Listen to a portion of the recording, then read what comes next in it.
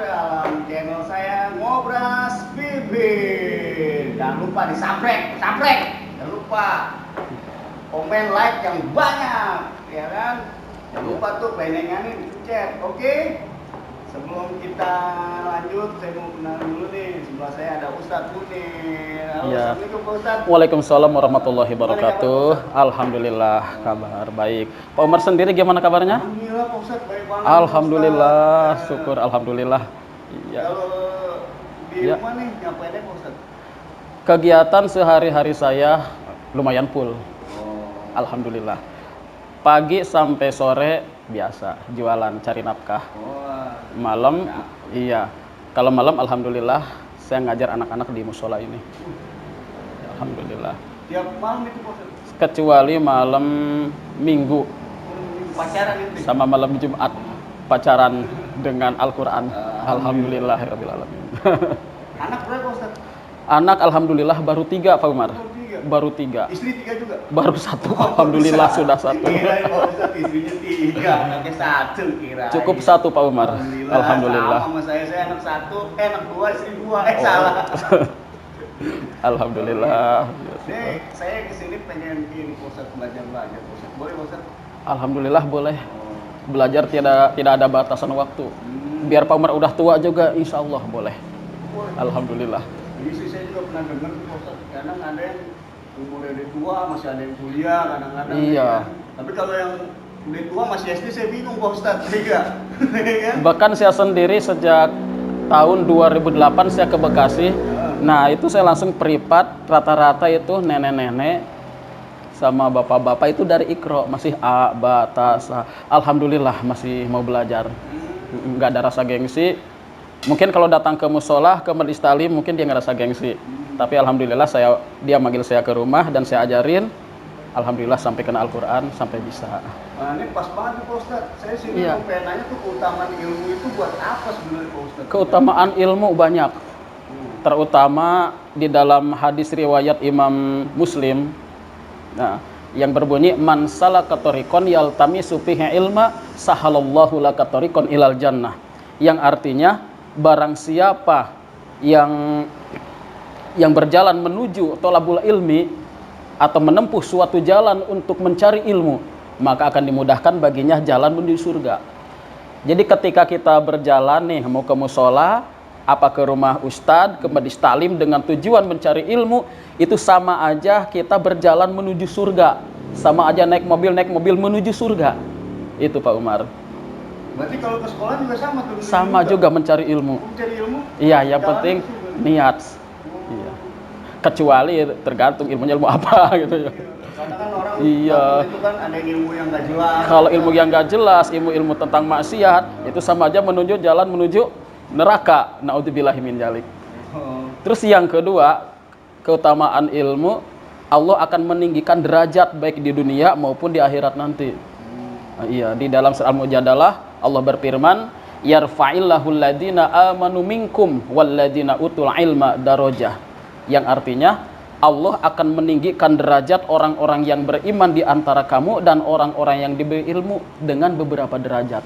Itu keutamaannya Pak Umar. Tapi kan terkadang manusia itu kan kayak misalnya ilmu tinggi nih Pak Ustadz. Kadang kan lihatnya kayak S1 lu kagak kerja kadang-kadang ya kan, Iya. cuma jadi pengangguran. Itu yang salahnya di mana Pak Ustadz? Memang karena dia nggak mau bekerja atau apa tuh kadang-kadang. Padahal dia punya ilmu tuh tinggi Pak Ustadz. Kalau masalah ilmu dikaitkan dengan pekerjaan itu tergantung nasib sebenarnya. Karena antara takdir dengan nasib beda. Kalau nasib itu disebut dengan takdir mu'alak, yang artinya takdir yang bisa dirubah. Contoh seperti kaya dan tidaknya kita, sukses dan tidaknya itu tergantung usaha kita. Allah udah memberikan peluang, memberikan waktu, memberikan tenaga pikiran. Nah, tergantung kita apakah bisa kita mengolahnya, apakah kita jadi orang malas, tergantung nasib. Karena banyak orang yang cuma lulusan SD, bahkan kagak ke sekolah, tapi jadi pengusaha sukses ya. Kenapa? Karena kerja keras kita, karena semangat kita untuk bekerja. Itu Pak Umar. Makanya dengerin tuh semua tuh, ya kan? Dengerin. Jangan lupa kerja keras. Gak ngaruh lu S1 S2, yang penting mau kerja keras biar jadi orang sukses. Dengerin tuh kata Pak Ustadz, jangan dengerin gua, Pak Ustadz dengerin. Awas nanti kerja keras malah justru kerja belahin batu gede lagi. Mentang-mentang kerja keras. Salah kaprah Pak Ustadz. Iya. Iya. Gak tahu ilmunya gitu. Kerja keras batunya dipecahin sama pala-palanya maksudnya. Iya. Nah, iya, intinya semangat dalam bekerja itu ya. Semangat juga dalam iya, bekerja, semangat Pak Umar. Ilmu Pak Ustadz ya. Iya. Gak ada namanya kata tua, muda, kita harus semangat. Gak ada batasan usia. Bahkan di dalam hadis yang lain, utlubul ilma minal mahdi ilal lahdi. Carilah ilmu dari semenjak lahir sampai menjelang ajal. Itu wajib mencari ilmu. Bahkan saking wajibnya di dalam hadis riwayat Imam Abdul Bar, tolabul ilmi faridotun, mencari ilmu itu diwajibkan. Jadi kalau kata anak-anak santri, lapad faridot itu segat mubalagoh, yang artinya lebih daripada wajib. Sholat 5 waktu wajib, lebih wajib lagi tolabul ilmi. Kenapa? Sholat tanpa ilmu pasti bakal ditolak dan tidak diterima, betul nggak Pak Umar? Sholat membutuhkan ilmu, makanya saking wajibnya itu ilmu harus dicari. Kita beramal halus dengan ilmu. Iya. Iya, soalnya kalau sholat kita kagak ada ilmu wudu gimana ya kan? Iya. Kita main wudu-wudu aja datang ke sini kan, nggak wudu kalau nggak ada ilmunya ya Pak Ustadz ya kadang-kadang. Iya. Berarti ilmu itu emang benar-benar. Di dalam sairan kitab Ta'limul Muta'alim, penyair Arab mengatakan fakullu man bigori ilmin ya'malu amaluhu mardudatun la tuqbalu. Yang artinya siapa saja yang beramal tanpa ilmunya jelas-jelas ditolak mentah-mentah dan tidak diterima. Iya. Terus sebenarnya nih Pak Ustadz, terkadang nih di di masyarakat kan kadang nih waktu saya kecil pun ya. Iya. Lebih kadang orang tua itu lebih mengajarkan ilmu-ilmu dasar kayak baca A. Terus sebenarnya di dalam waktu kecil itu lebih baik kita diajarkan alif bata atau ABCD Pak Ustadz. Terkadang tuh saya waktu kecil tuh lebih ini loh, mama kayak gitu Pak Ustadz, nggak alif bata. Iya. Sebenarnya lebih pentingan ilmu agama waktu kecil atau ilmu umum di sekolah Pak Ustadz yang lebih penting awal? Yang pertama kita ajarkan ke anak kita terutama tentang tauhid. Tentang tauhid bahwa Tuhan kita itu Allah. Nanti ya ilmu-ilmu yang paling penting seperti tadi belajar baca, abatasa, terutama tentang akhlak itu harus diajarkan dari kecil. Jangan hanya satu ilmu saja. Ilmu tauhidnya diajarkan, kemudian terutama akhlaknya diajarkan. Karena kalau kita ngajarin anak waktu kecil sama aja kita menanam bunga yang bagus, bunga mawar contohnya ya. Kemudian bengkok dikit masih kita bisa lurusin ya. Tapi kalau pohonnya udah gede, batangnya udah tua, udah bengkok, kita lurusin bisa lurus enggak? Sekalinya bisa tapi patah. Ya intinya waktu anak kita selagi kecil diajarkan yang pertama adalah ayuhsina ismahu wa adabahu.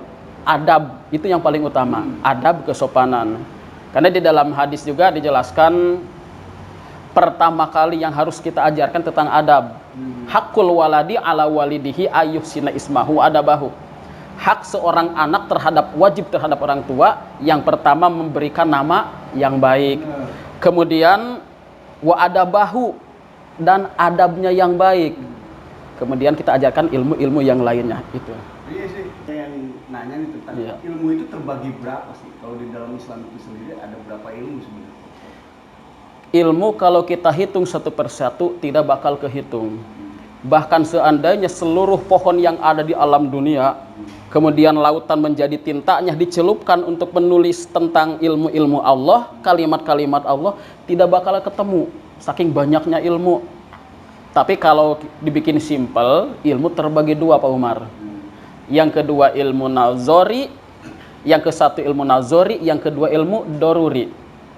Yang disebut dengan ilmu nazori, ilmu yang membutuhkan pemikiran. Ya contohnya seperti ilmu fikih, tauhid, tajwid, ilmu tentang tata cara sholat. Nah itu harus mempelajari, harus dikaji, dihafalkan. Kalau yang disebut dengan ilmu doruri itu ilmu yang cukup dirasakan. Contoh ada orang yang ingin tahu rasanya kopi kayak gimana sih. Kita nggak bisa menjelaskan rasanya manis kayak apa sih. Tidak bisa menjelaskan kecuali kita harus merasakan, dicicipi. Oh kayak gini rasanya manis. Itu namanya ilmu doruri. Iya. Berarti kita benar-benar kalau yang ilmu itu benar-benar harus paham benar ya. Harus Mana paham yang benar. dirasakan, mana yang Iya. harus dipelajarkan, ya kan? Iya, ada yang dipelajari, ada yang cukup dirasakan. Dirasakan. Ada orang yang nanya, gimana sih rasanya setelah nikah? Nah. Itu tidak bisa dijelaskan kecuali kita harus merasakan nikah. Itu, Oh, baru ada jawabannya. Oh, begini Tapi- rasanya nikah. Begitu, Pak Tapi Umar. terkadang belum nikah aja banyak yang merasakan loh, Pak. Banyak yang merasakan. Betul nggak, Pak Ustadz? Betul. Kadang ada yang belum nikah nih, tapi dia pengen ngerasain berilmu dong gitu. Ya, itu berarti itu bukan ilmu tentang nikah, tapi ilmu rasanya udah kawin. Iya itu. Kawin sama nikah beda. Oh, itu, Pak Ustadz. Kalau orang kawin mah banyak, tapi kalau nikah itu pakai ijab kabul ya. Iya. Iya, kayak Bukannya gitu. kita menjurus ke sana, tapi Bukan, terkadang iya, begitu, Pak Ustadz. sebagai contoh kayak gitu. Betul, Pak Ustadz. Iya, betul Pak Umar. Ya kan? Nah, ilmu itu kan ada di peribahasa, Pak Ustadz. Iya, Pak. Tuntutlah ilmu sampai ke negeri Cina. Ya kan? Iya. Ada peribahasa begitu. Iya, peribahasa itu Ya bukan kan? hadis. Bukan hadis ya. Iya. Saya peribahasa. Ada peribahasa. Iya, tuntutlah ilmu sampai Ke negeri Cina. Utlubul ilma walau bisin kalimatnya. Yang artinya, carilah kalian ilmu walau bisin, walaupun bukan sampai tapi walaupun ke negeri Cina, walaupun di negeri Cina. Artinya dimanapun kapanpun kita berada, ilmu jangan sampai kita tidak cari. Carilah ilmu. Kita lagi di Bekasi, kita lagi di Jakarta, lagi di Singapura, tetap ilmu itu harus kita cari. Itu maksudnya utlubul ilma walau bisin, walaupun keadaan kita itu ada di negeri Cina, kejar. Ada di Amerika, kejar. Itu apa? Saking wajibnya ilmu. Itu maksudnya. Berarti itu bukan hadis ya? Bukan hadis, tapi peribahasa orang Arab. Utlubul ilma walau bisin. Tapi kadang-kadang orang salah kaprah. Pak. Nah, itu- saya sendiri jujur ya, baru tahu loh itu peribahasa bukan Iya. hadis gitu. Kan orang sering ngomong hadisnya kayak Contoh gini. ada ini aja. An-nazofatu minal iman. Kebersihan itu sebagian daripada iman. Itu bukan hadis, tapi kata mutiara bahasa Arab. Oh, iya. Peribahasa bahasa Arab. Nah, bener loh, baru tahu loh. Terkadang Iya. tuh orang disangka yang hadis semua- karena dari kalimat bahasa Arab dikiranya hadis. Tidak semuanya kalimat bahasa Arab itu hadis. Ada kata mutiara, ada kata nasihat-nasihat, ada peribahasa. Banyak yang dari bahasa Arab yang sudah populer kayak tadi utlubul ilma walau bisin sama an-nazofatu minal iman. Itu udah populer, tapi orang yang awam kan oh itu hadis. Tapi apapun yang bahasa Iya. Arab orang anggap yang benar kata Pak Ustadz. Kalau Iya. kita nggak punya ilmu nih, asal- Itulah harus dengan ilmu. Iya, kita Betul. nggak tahu ilmu, nggak punya ilmu, nggak punya guru yang mengajarkan kita. Terkadang Iya. Pak Ustadz kan, apapun yang di bahasa Arab, anggapan kita hadis lah. Ah, Dari itulah Quran lah, hadis. Kadang-kadang Iya. Pak Ustadz. Saya baru tahu nih, Pak Ustadz. Ada juga kaidah itu dari bahasa Arab semua ya. Iya, orang pasti nganggep itu Nganggep itu hadis. lah, ataupun Iya. berhubungan dengan bahasa Arab. Pasti yang hadis. Maaf, yang maaf nih, maksudnya yang belum tahu, yang belum belajar ilmu ya nganggepnya hadis Pak Ustadz kadang. Iya. Nah, berarti kan kadang nih kita belajar itu nggak ada namanya rentang waktu, mau kapanpun. Iya, Jadi, dimanapun kapanpun. dimanapun kapanpun. Dari Wajib mencari ilmu. Iya, Iya. mungkin dari kecil pun kita memang udah diajarkan ilmu. Udah Gitu diwajibkan, ya kan? iya. Diwajibkan ya kan. Iya. Walaupun ilmu-ilmu yang ya cuman jalan. Ya, itu ya ilmu kan? juga. Ilmu juga Pengetahuan, itu. betul. Pengetahuan ya berarti itu ilmu Iya. ya. Nah nih, saya juga ini Ustaz. Kadang di dalam pikiran saya nih, karena di apa namanya, saya pernah nonton YouTube, Iya. channel lain ya kan. Kadang saya juga pernah dengar sama orang-orang. Banyak kan itu ilmu-ilmu kayak tasawuf, Pak Ustadz, maaf nih, bukan kita main apa tasawuf. Terkadang kan orang itu lebih baik belajar fikih dulu atau tasawuf dulu sebenarnya, Pak Ustadz. Oh. Iya. Ada di dalam kaidah juga orang yang mempelajari ilmu tasawuf tanpa mempelajari ilmu fikih sama dengan kafir zindik. Man tasawwafa bila tapakuhin faqad tazandaqo. Apa yang disebut dengan kafir zindik? Kafir zindik itu orang yang mendustakan apa yang telah diturunkan oleh Nabi Muhammad. Contoh, ada orang saking saktinya dia nggak tahu ilmu apa, ngakunya ilmu tasawuf. Saking saktinya, saya mah nggak usah pergi ke Mekah, nggak usah pergi umroh. Ruh saya sudah ada di Mekah. Contoh, saya nggak usah sholat, ruh saya sedang sholat. Nah, itu kan bertentangan dengan ilmu fikih, bertentangan dengan apa yang diajarkan oleh Nabi Muhammad SAW. Nah, itu yang khusus belajar ilmu tasawuf tapi tidak mempelajari ilmu fikih seperti itu, dinamakan kafir zindik. Atau sebaliknya juga Pak Umar, man tapaqqaha bila tasawufin faqad Pakod tapasako. Barang siapa yang mempelajari ilmu fikih tanpa mempelajari ilmu tasawuf, sama aja seperti orang fasik. Nah, itu kejadiannya banyak. Banyak orang yang ilmunya tinggi, segala macam ilmu dia kuasai, tetapi dari akhlaknya, dari karakternya yang menyimpang, itu banyak ya Pak Maria. Banyak contoh-contohnya. Contohnya mana itu, Ustaz? Contoh-contohnya ada seorang ustadz berbuat maksiat misalkan. Apapun itu maksiatnya, itu disebut dengan orang fasik, artinya menyimpang. Itu dosanya lebih berat daripada orang biasa yang berbuat dosa. Itu lebih berat, Pak. Makanya kalau kita sudah tahu ilmunya, kemudian kita kita melakukan maksiat padahal tahu bahwa itu perbuatan maksiat, nah itulah lebih berat siksanya. Ya berarti sebenarnya emang adab itu penting. Penting sekali. Dibandingkan kita punya ilmu Iya. tinggi pun, kalau adab kita, walaupun seorang ustadz pun, seorang apapun gitu, walaupun dia pinter tinggi langit, S3, S2, apa S apa ya kan Pak Ustadz, ya? Sampai S apapun, Iya. kalau adabnya kurang baik lah itu. Karena yang dipandang oleh masyarakat, oleh manusia itu dari adabnya. Innallaha la yanjuru ila suwarikum wala ila ajsamikum walakin yanjuru ila qulubikum wa a'malikum. Allah tidak memandang kita dari rupa, wajah, harta, jabatan, kepintaran, tapi Allah memandang diri kita itu dari hati dan amal perbuatan kita. Ilmu banyak percuma, amal perbuatan kita yang tercela percuma. Percuma, Pak Ustadz. Iya. Ilmu banyak. Jadi yang paling penting itu adab, kesopanan, kemudian ilmu yang banyak, itu yang lebih bagus lagi. Iya. Seperti itu. Kalau kita memandang cuman ilmu aja, iblis juga kan lebih berilmu ya. Wah, lebih daripada para malaikat, lebih daripada manusia. Nah, Pancing. Pak Ustadz kan tadi Pak Ustadz dijelasin masalah tasawuf. Iya. Nah, kan kadang ada, memang saya pernah dengar tuh Pak Ustadz, di masyarakat kayak misalnya, lu belajar tasawuf, ilmu lu wudu aja belum bisa, kadang gitu. Tapi yang saya ngalamin sendiri, yang saya lihat secara langsung ilmu tasawuf itu sendiri ataupun storiko, maaf Pak Ustadz, Iya. storiko sama tasawuf hampir sama nggak Pak Ustadz? Ya hampir berdekatan. Oh, berdekatan. Kalau torikoh itu artinya apa? Torikun, jalan. Pastikan orang yang melakukan torikoh punya tujuan. Apa itu tujuannya? Itu kan, torikoh itu jalan. Kalau tasawuf mensucikan jiwa. Jiwa kita biar bersih, lahir batin biar bersih, itulah dengan cara tazkiyatun nufus, artinya mensucikan jiwa. Dalam kurung, tasawuf itu sangat penting bagi semua orang. Nah, makanya kan ini Pak Ustadz, kayak orang yang bertoriko itu, orang tuh nganggep ya di masyarakat, lu toriko, gua aja belum bener, ya kan mau jadi apa gitu. Tapi yang saya tahu yang saya lihat secara langsung orang-orang bertoriko itu Pak Ustadz, nggak ada yang namanya gua di sholat gua di Mekah atau gua di sini. Iya, atau itu yang bisa menyimpang terbang, Pak bisa Umar ya. terbang, gitu. Iya. Saya bilang nggak ada gitu Pak Ustadz. Itu orang yang berkata seperti itu, ya memang itulah cobaannya, ejekan-ejekan. Contoh gini aja. Ada seorang perempuan yang tadinya tidak berhijab, tidak berkerudung, kemudian berkerudung. Ada temennya yang tidak berkerudung, ngapain lu berkerudung, sholat aja belum benar. Nah, ejekan itu, maka orang yang berkata tadi dosanya 2 kali lipat.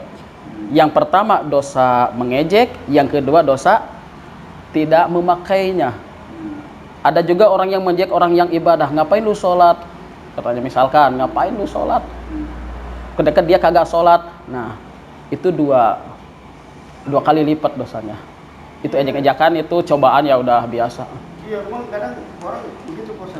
Ya maksudnya kalau situ datang sendiri ke tempatnya kan banyak nih kayak toriko macam-macam toriko yang apa namanya itu? Naksabandia, iya. Sijilia atau Iya, banyak macam-macamnya. Yang saya lihat di toriko Naksabandia itu sendiri pun TKN itu, Iya. dia memang malah komunitas sholatnya lebih banyak Pak Ustadz, sunah-sunahnya banyak gitu dibandingkan yang orang ngomong, wah itu nggak bagus itu, Iya. lo gini. Yang tidak boleh itu torikoh yang menyimpang, yang kayak saya tadi katakan, katanya ruhnya sudah sholat, sedangkan sholat itu bangsa badani, akwalun wa af'alun, ucapan dan pekerjaan. Itu sholat. Muftatahatun bitakbiri wa muhtatamatun bitaslimi. Yang dibuka dengan takbir, yang ditutup dengan salam. Bisaro itin mahsusotin, dengan syarat yang sudah ditentukan, itu dinamakan sholat. Tapi kalau sholatnya katanya ruhnya yang sholat, nggak ada ajarannya. Kemudian pergi ke Mekah umroh, ruhnya yang pergi, dianya biarpun dia punya ilmu rogo sukmo misalkan kayak di film-film tuh. Dia keluar. Tutup pinular ya. Nah, iya kayak Prabu Siliwangi itu film Kian Santang. Tetap yang dinamakan soleh itu tidak bisa seperti itu. Oh gitu. Iya, harus bangsa badani. Nah kalau kita masih ini lumayan menarik juga nih masalah toriko nih bos. Kadang yang itu sebenarnya kayak toriko, tasawuf, sufi itu sebutannya apa ya? Toriko ilmunya, sufi itu siapanya. Oh, kadang iya, saya iya. juga agak bingung juga tuh bos. Kalau sufi itu orangnya, sebutan orangnya. Sufi itu orang. Kalau tasawuf itu namanya ya. Iya. Nama tazkiyatun nufus itu tasawuf, mensucikan jiwa. Tapi kalau orangnya itu sufi. Oh, gitu. Ya seperti orang berilmu aja.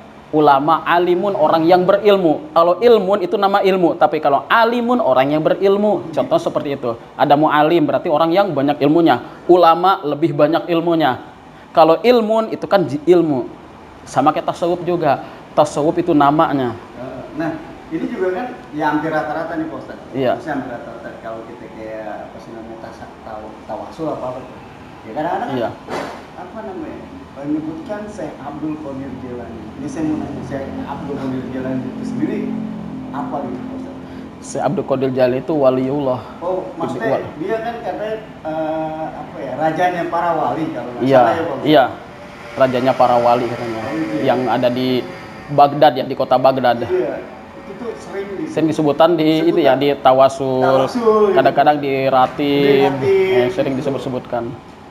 Itu memang dia ahli sufi atau memang dia bertoriko atau gimana Pak Ustadz? Maaf saya juga kurang paham kalau masalah ilmu-ilmu itu Pak Ustadz. Syekh Abdul Qadir Jailani terkenal juga torikoh ya. Oh, torikoh. Torikoh apa? Naksabadiyah apa? Iya, pokoknya dia berarti orang toriko juga, orang sufi Iya, ahli juga. sufi juga, torikoh juga. Kalau mau baca sejarah tentang Syekh Abdul Qadir Jailani di manakibnya juga ada. Manakib Syekh itu. Abdul Qadir Jailani. Nah, itu Bisa ketahuan semua sejarah dari sejak kecil sampai dewasa, kisah-kisahnya itu lengkap di situ. Iya, Saya sudah lama tidak baca lagi, jadi ya lumayan banyak yang lupaannya. Iya itu kalau di Iya. makanya di toriko itu ada manakiban Pak Ustadz. Ada manakib itu ya. Iya, orang tuh kadang-kadang suka Iya. yang nggak ngerti tuh suka yang ngejelek-jelekin. Manakib itu kan sejarahnya, Nah, sejarah kehidupannya. Benar Pak Ustadz. Bahkan kalau manakib itu sebenarnya bukan para wali aja, para ulama pun banyak yang punya manakib. Artinya kehidupan dia sejak dari merintis sampai selesai, sejak kehidupannya itu manakib juga. Iya, kadang-kadang Iya. orang yang di masyarakat ini kan sering bingung. Lo kenapa Syekh Abdul Qadir Jailani ke ini kenapa nggak kanjeng Nabi aja langsung? Kadang-kadang suka Iya. begitu Pak Ustadz. Yang paling utama itu jangan sampai kita dalam hati kita ada dosa syirik, itu aja satu, syaratnya cuma satu. Jangan sampai syirik. Artinya kita sampai mengkultuskan, mentuhankan bahwa yang misalkan yang menjadikan anu itu si anu. Ya, tanpa menyebutkan nama Allah, itu yang disebutkan syirik. Iya, kadang-kadang gitu. Yang harus dijauhi seperti itu. Iya, kan kita bukan ya ibarat kata kasarnya kita nih manakibkan itu menghormati. Iya, kalau cuma saya menghormati. Iya, gitu. Kadang orang salah kaprah, kadang. Iya, Pak Umar. Nah, ini juga nih saya mau nanya juga nih Pak Ustadz. Kadang kan ada orang nih punya ilmu tinggi. Iya. Kadang dia pelit Pak Ustadz. Gak mau ngajarin. Itu Oh, dosanya apa Ustadz? Kira-kira, maksudnya Pak Ustadz? pelit terhadap ilmu ya. Ilmu yang bermanfaat kan ibarat kata kita meninggal itu kan meninggalkan anak yang soleh dan ilmu yang bermanfaat ya kan. Iya. Nah, kalau dia meninggal ilmunya nggak kepake dong Pak Ustadz. Kalau dia meninggal nih kan saya Pak Ustadz tuh dosa nggak tuh orang tuh Pak Ustadz? Agak. Yang pertama ada istilah al ilmu bila amal kasajar bila simar. Ilmu tanpa diamalkan, tanpa dimanfaatkan, diibaratkan satu buah pohon yang besar tapi tidak berbuah. Jadi manfaatnya tidak ada, bahkan sedikit, cuman buat ngadem doang ya. Tapi buahnya itu tidak ada. Itu yang pertama. Yang kedua, kitmanul ilmi mal'unun. Orang yang pelit atau ngumpetin terhadap ilmu mal'unun akan dilaknat. Apa artinya dilaknat coba? Dikutuk. Siapa yang melaknat? Allah dan para malaikat. Intinya orang yang tidak mengamalkan ilmunya sedangkan dia punya ilmu, pelit terhadap ilmu, ilmu tersebutlah yang akan mencelakakan nanti di akhirat. Naudzubillahi min dzalik. Oh berarti ilmu itu bisa jadi ini kita apa buat kita menuju surga, bisa ilmu itu juga bisa membawa kita ke neraka Pak Ustadz. Iya, makanya itu wajib itu mencari ilmu dan mengamalkannya. Mencari doang tanpa mengamalkan Tetap tidak bisa.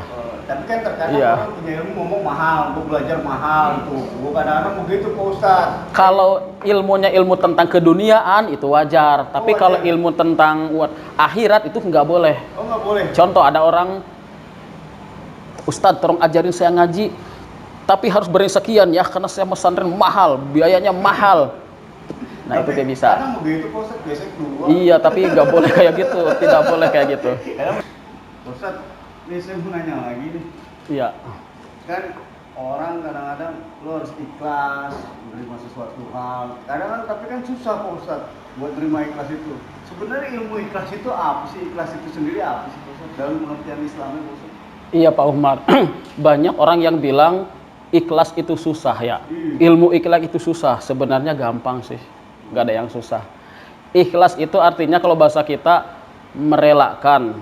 Tapi ikhlas itu yang paling utama karena Allah. Apapun itu kita harus karena Allah. Di dalam Al-Quran Allah berfirman, Inna sholati wa nusuki wa mahyaya wa mamati lillah. Yang artinya sesungguhnya sholatku, ibadahku, hidupku dan matiku lillah karena Allah.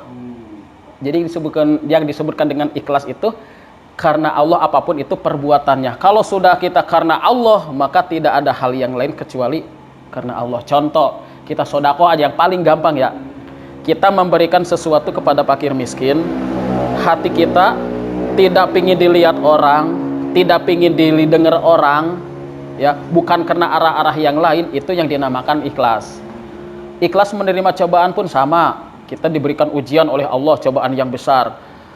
Hati kita terima dengan ikhlas, lapang dada, sabar bahwa ini adalah ujian, bahwa setelah ujian ini ada hikmah yang besar. Pokoknya hati kita plong, itu namanya ikhlas. Nah, itu kan secara ini ya. Secara apa?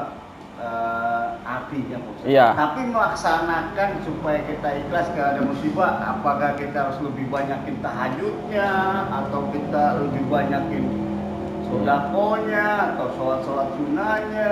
Terkadang kan kita kalau dapat musibah kita baru ingat sama yang punya semuanya Allah Subhanahu Wa Taala. Tapi setelah kita dapat hadiah kadang-kadang kita lupa Pak Ustaz. Itu gimana supaya kita cara berarti Pak Umar ya?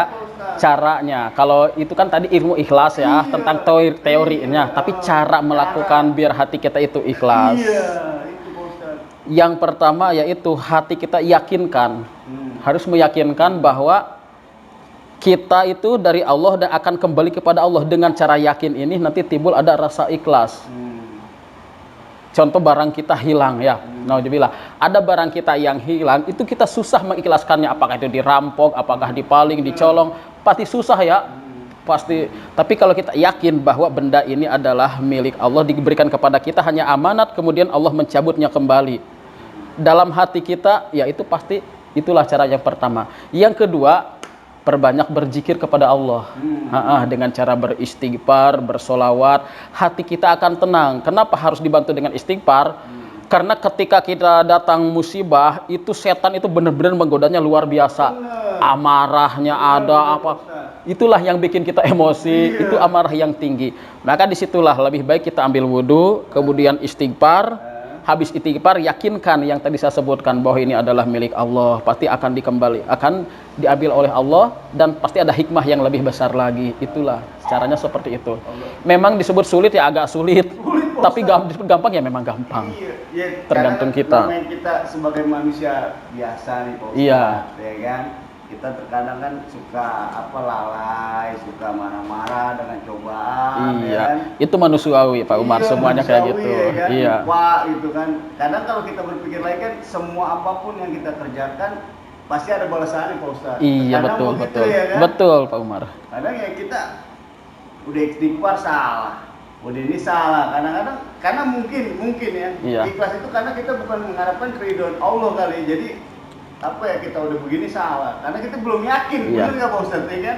Makanya masalah itu nggak bakal kelar kalau kita belum yakin kalau Allah yang bakal mengganti yang lebih baik Pak Ustadz ya kan? Dan juga gini Pak Umar, yang paling penting memang orang gampang dengar kata istighfar, baca tasbih, itu jangan sampai ada istilah zikir kosong. Pak Umar tahu zikir kosong nggak? Istilah zikir kosong.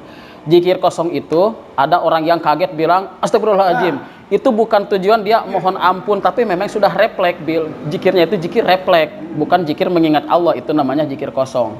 Jadi jangan sampai kita bilang astagfirullahaladzim, hati mah kemana, pikirannya kemana, ya itu disebut zikir kosong, bahasa orang-orang kayak gitu. Kalau istighfar itu tujuannya apa? Coba istighfar, memohon ampun kepada Allah.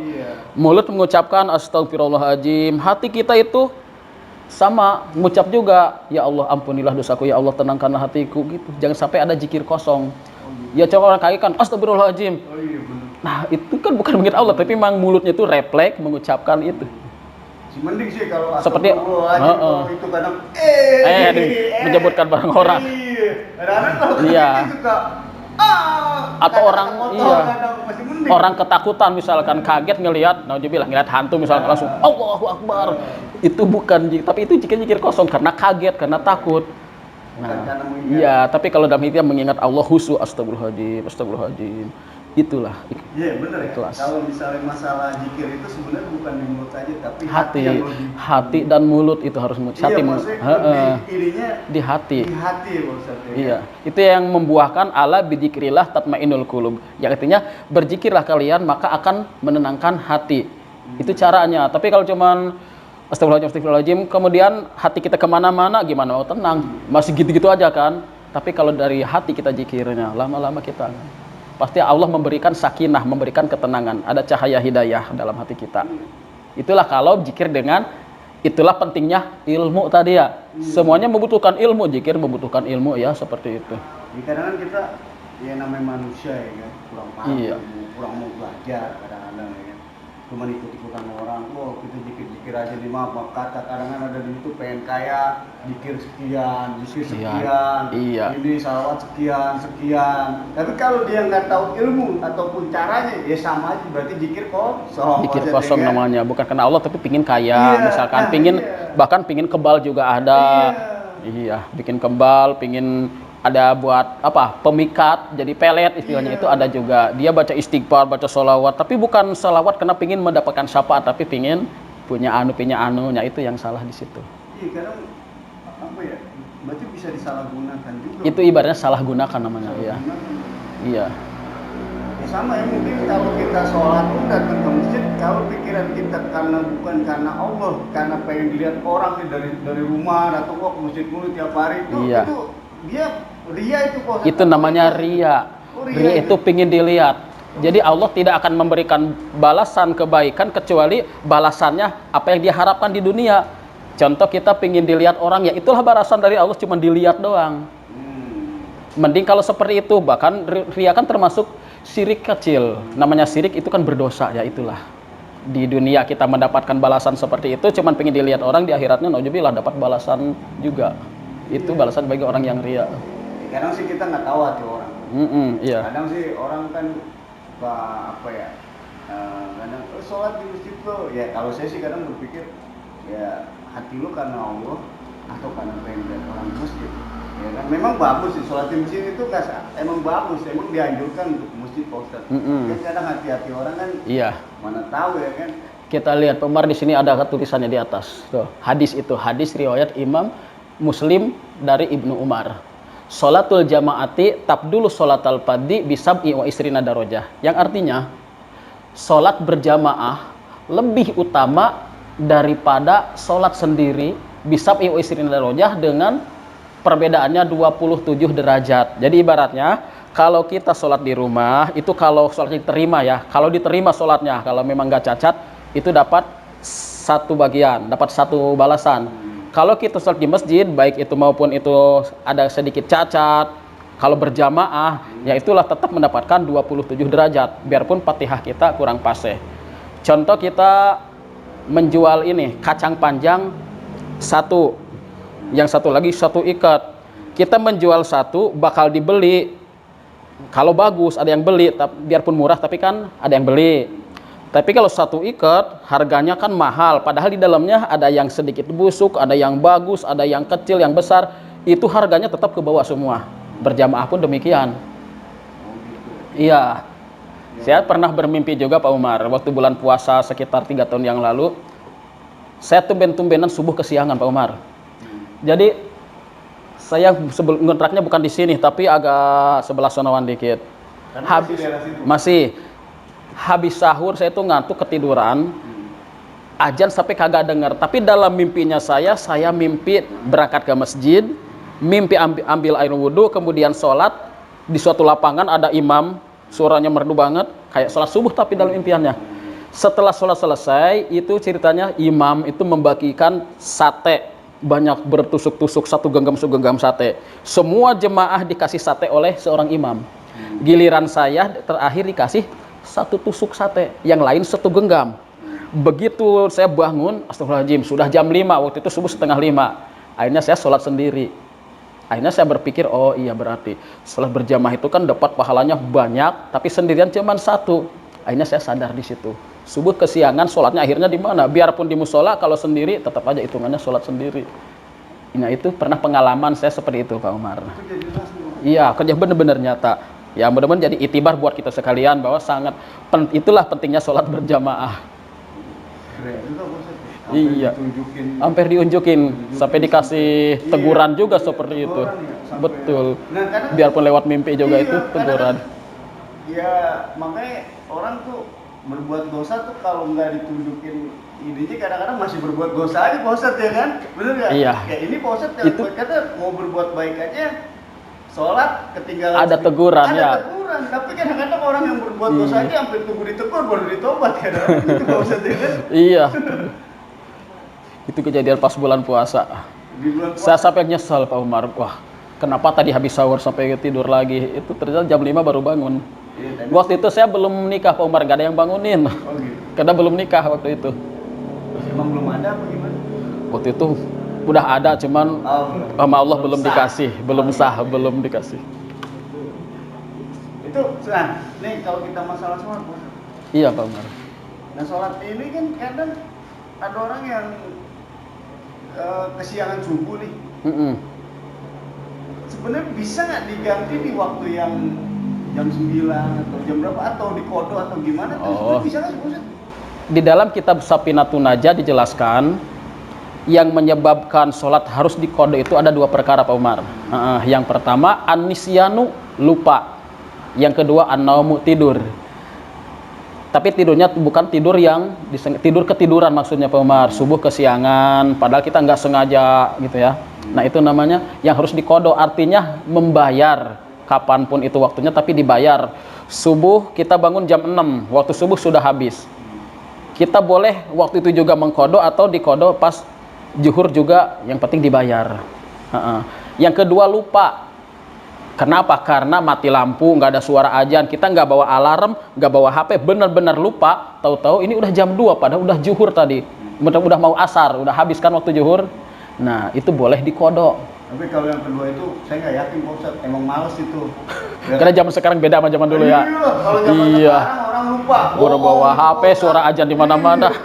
Iya. Ada, jam ada, dia bilang lupa, itu mau bohong Pak Ustadz. Iya. Emang kadang-kadang dianya aja males, bener nggak Pak Ustadz? Iya Pak Umar. Berarti ini kita boleh mengkodo pun di waktu subuh, di waktu zuhur. Boleh, tapi itu kodo ya, Tapi membayar. alangkah baiknya setelah bangun langsung sholat. Langsung sholat nggak apa-apa, jam 6 kita langsung sholat nggak apa-apa. Atau kita jam 7, jam 8 sekalian sholat duha, nah itu nggak apa-apa. Bayar dulu sholat subuhnya, kemudian sambung dengan sholat duha, itu lebih bagus. Itu berarti semua sholat bisa dikodo berarti? Semua sholat. Zuhur kita ya kalau dibilang lupa sih kadang males lah, bukan lupa kadang orang yang dibilang. Kalau malas sebenarnya itu bukan termasuk kodo, itu kan anisyanu wa naumu. Penyebab kodo itu hanya tidur dan lupa, bukan malas tapi lupa. Kalau malas ya itu tetap udah berdosa. Iya, kan? Tapi kalau tadi ketinggalan itu rukhsah agama, kemurahan syara, tidak berdosa. Emang sih kalau yang susah sih subuh Bos. Kalau namanya zuhur, asar gitu, maghrib dia bilang lupa apa ketiduran nih kayaknya di luar ini Bos ya kan. Susah, yang paling susah subuh ya. Iya subuh lah ya. Kalau orang bilang misalnya zuhur lupa mau dikode. Nah ini masalah kalau misalnya kita perjalanan jauh juga. Kadang kan di dalam ya kita di waktu zuhur ataupun asar nih. Kan Iya. memang bisa sih sholat di namanya di kursi bis ataupun di apa. Nah kalau dia nggak melakukan ini dalam perjalanan jauh Bos, boleh nggak kita kode di apa setelah sampai gitu Bos? Jadi bahasanya itu bukan kodo Pak Umar kalau masalah perjalanan. Makanya kita harus ancang-ancang dulu. kita mau berangkat misalkan ke Jawa Timur. Ke Jawa Timur. Ini udah jam berapa? Jam 10. Mana mungkin 2 jam nyampe kan? Makanya kemudian kita itu ada 2 cara, ada jamak taksir, ada jamak takdim, Pak Umar. Kalau yang disebut dengan jamak takdim sama jamak takhir. Kalau jamak takdim itu didahulukan. Misalkan asar dibawa ke waktu zuhur, itu jamak takdim namanya. Jadi kita melaksanakan sholat asar itu setelah melaksanakan zuhur. Kenapa? Karena kita yakin waktu asar itu masih di perjalanan. Dan juga nggak mungkin mobil itu berhenti. Karena apa di kereta, apa di jalan tol, nggak mungkin mobil itu berhenti. Nah itu boleh jamak takdim didahulukan. Atau sebaliknya ada jamak takhir diakhirkan. Nah zuhur ntar aja lah, kayak tadi. Contoh yang tadi ini jam 10 nih. Nanti zuhur di perjalanan, tapi asar sudah nyampe, contohnya. Nah, itu boleh zuhur dibawa ke asar. Ya. Jadi setelah melaksanakan sholat asar, barulah zuhur. Itu namanya jamak takhir. Ada juga selain jamak takhir, ada juga qashar, artinya beringkes. Kalau sholat qashar itu sholat yang bangsa 4 khusus 4 rakaat, Pak Umar ya. 4 rakaat jadi 2 rakaat, itu qashar namanya. Contoh, kita mau berangkat ke daerah jauh, kemudian kita lagi nunggu kereta nih, datang waktu zuhur. Seandainya kita sholat full 4 rakaat, pasti nggak bakal kecandak. Pesawatnya udah keburu terbang, kereta keburu jalan.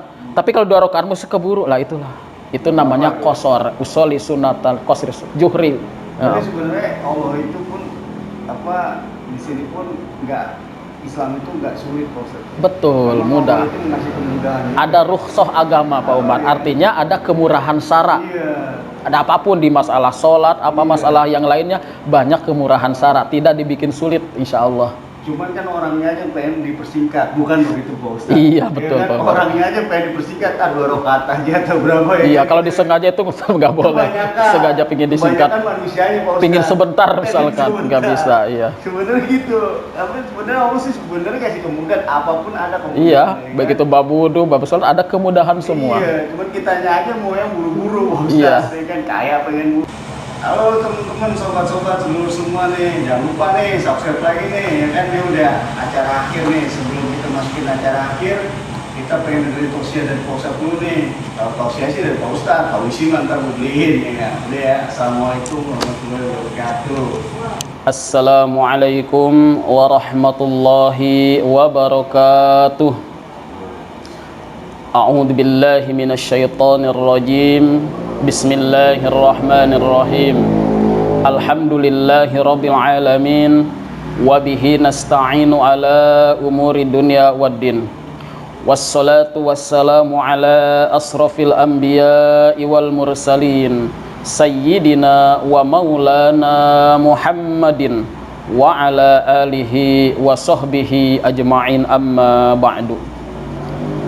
Pertama-tama marilah kita panjatkan puji dan syukur kehadirat Allah Subhanahu wa taala yang telah memberikan nikmat yang tiada terhitung jumlahnya, dan memang kita tidak diperintahkan untuk menghitung nikmat tersebut.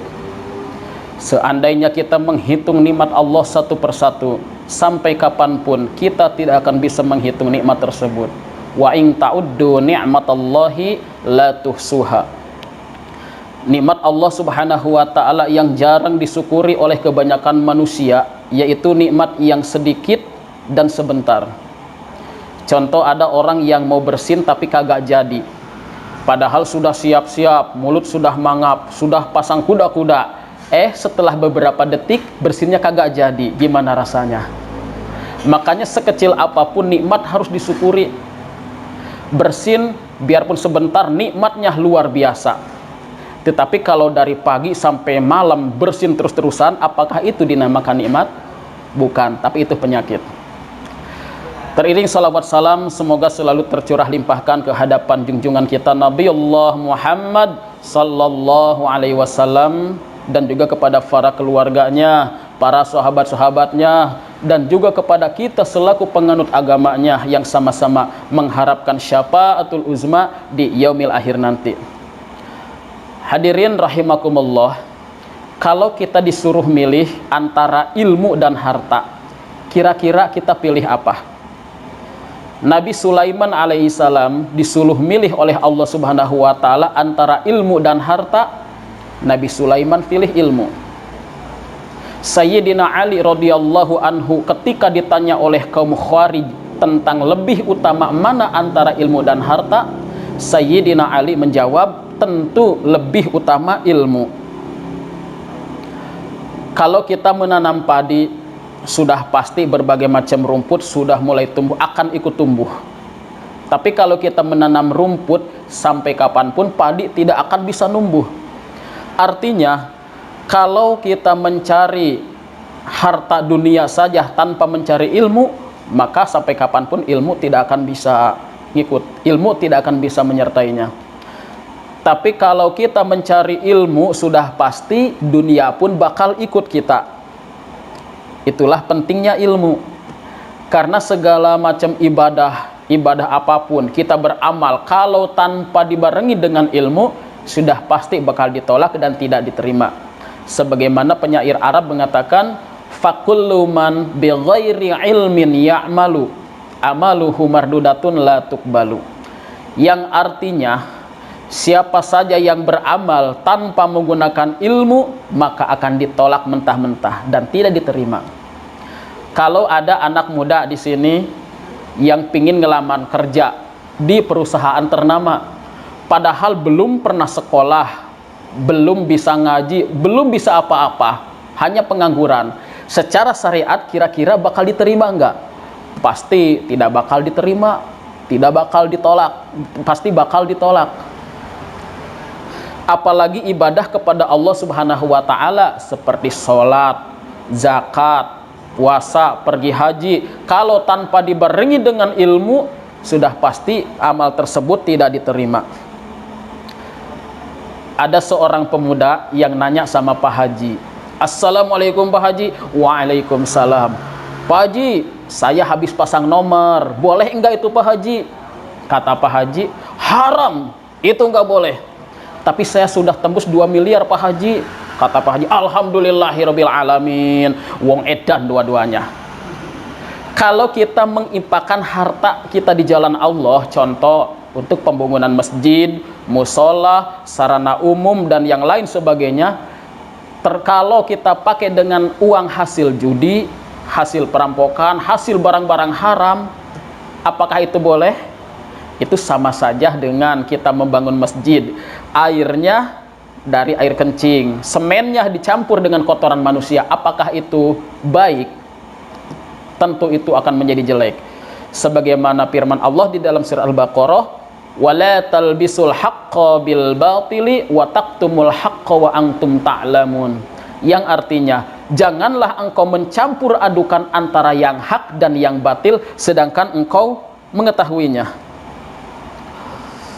Hadirin rahimakumullah, pertanyaannya, apakah sama orang yang mencari ilmu dengan orang yang tidak mencari ilmu?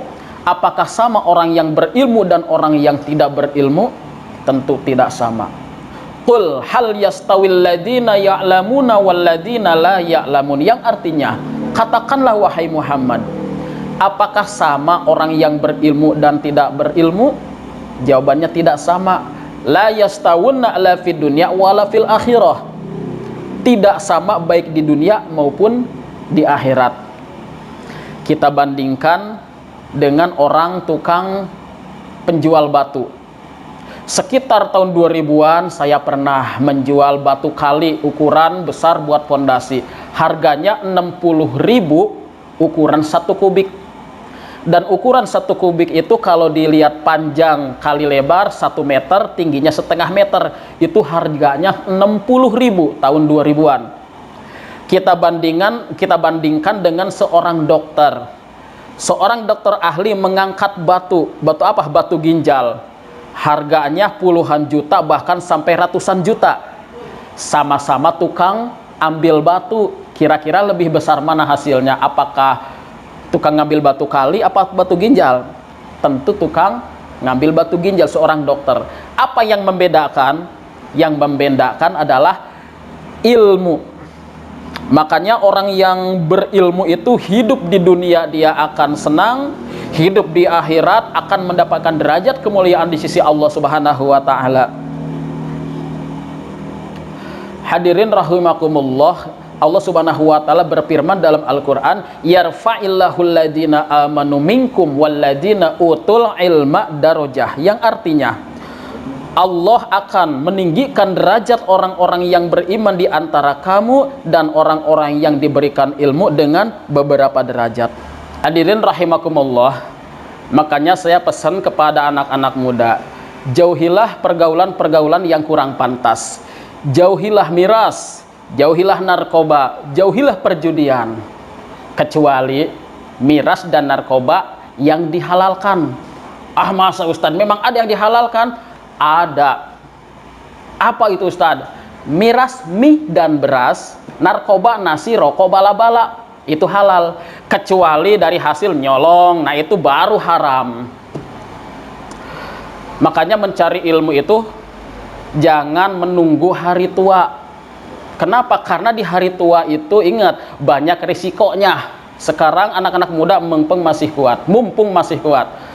Resiko orang sudah lanjut usia, terutama satu risikonya. Apa itu Ustaz? Hanya penyakit B. Apa coba B-nya? Satu, berak-berak, batuk, bengkak, bengek, bongkok, sama borok dan lain sebagainya. Berbagai macam penyakit B itu resiko bagi orang yang sudah lanjut usia.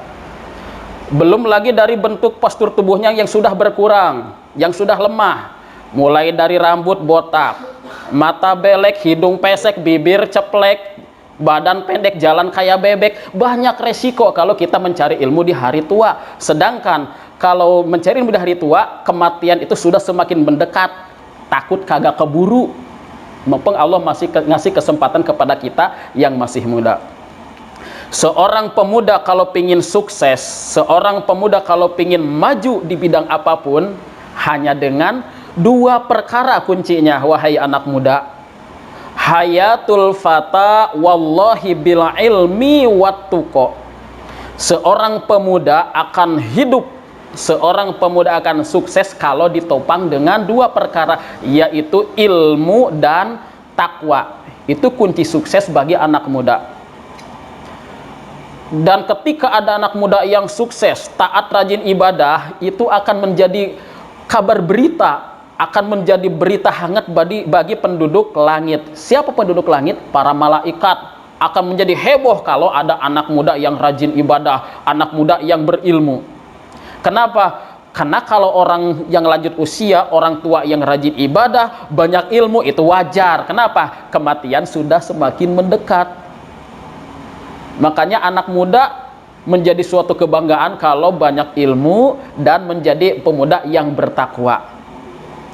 Ya, mudah-mudahan saya doakan, mudah-mudahan anak-anak muda di sini menjadi anak muda generasi yang bagus, yang sukses. Tapi kalau ada anak-anak muda di sini yang sering main gapleh, saya bisa ngelihat tuh yang paling belakang. Kalau kelihatan tepuk tangan, tangannya panjang sebelah, yang kanan lebih tinggi. Kalau takbir ihram Allahu Akbar panjang sebelah. Kenapa? Setiap hari, setiap malam, dikeplekin tangannya. Bagus. Akhirnya tangannya jadi panjang, bisa ketahuan. Maaf, itu cuma bercanda. Intinya jauhilah perbuatan-perbuatan yang tidak ada manfaatnya. Karena Rasulullah Shallallahu Alaihi Wasallam bersabda dalam satu hadisnya, min husnil islamil mar'i tarkuhu ma la ya'nihi. Yang artinya, sebaik-baiknya Islam seseorang meninggalkan perkara yang tidak ada manfaatnya. Kalau bisa ditinggalkan hal-hal seperti itu. Jadi kesimpulannya, mencari ilmu itu wajib bagi semua umat Islam. Mulai dari sejak lahir sampai menjelang ajal, itu diwajibkan mencari ilmu. Dan hikmah mencari ilmu itu yang pertama, Allah akan mempermudah jalan kita masuk surga. Kemudian kita akan mendapatkan derajat kemuliaan di sisi Allah Subhanahu wa taala. Ada dua nanti yang harus kita kantongin.